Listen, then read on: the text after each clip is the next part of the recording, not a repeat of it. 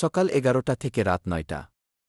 Shaheed Suhrawardy medical college, পঙ্গু hospital, নাইডোর খ্যাম বিখমিয়ে এর পক্ষ থেকে শতাধিক আহত ভাইদের আর্থিক সহযোগিতা করা হয়।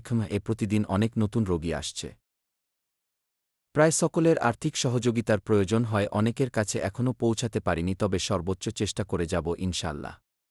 অনেক ভাইদের উন্নত চিকিৎসার জন্য দেশের বাইরে নেওয়া জরুরি। শখানেক যোদ্ধাকে দেশের বাইরে উন্নত চিকিৎসার ব্যবস্থা করা একটা রাষ্ট্রের জন্য খুব বড় কোনো বিষয় নয়।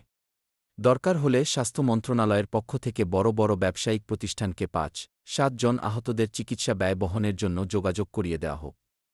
কিন্তু যতদিন যাচ্ছে তত সময় চলে যাচ্ছে, পরিপূর্ণ সুস্থ হওয়ার সম্ভাবনা কমে যাচ্ছে। প্রত্যেকটা জেলায় আহতদের তদারকি গুরুত্বপূর্ণ। যারা ঢাকায় নেই তাদের বর্তমান আর্থিক পরিস্থিতি কেমন, আর্থিক সহযোগিতা পাচ্ছে কিনা, পরিবার কিভাবে চলছে, সে বিষয়গুলো উপজেলা প্রশাসনের মাধ্যমে খোঁজ নেওয়া উচিত। দায়িত্বে বিকেন্দ্রীকরণ করতে হবে। সর্বোপরি শহীদ পরিবার ও আহতদের বিষয়ে সরকার ও স্বাস্থ্য মন্ত্রণালয়ের আরও তৎপর হওয়া প্রত্যাশা করি। সব জায়গায় লাল ফিতার ঝুলন্ত অবস্থা খাটানো উচিত না।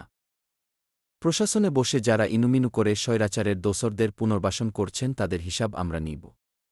হাজার শহীদের রক্তের সাথে বেইমানি আমরা করতে দিব না। হাজার হাজার আহত ভাই বোনদের নিদারুণ যন্ত্রণার কথা আমরা ভুলে যাব না। আমরা জেগে আছি, জেগে থাকব। ইনকিলাব জিন্দাবাদ।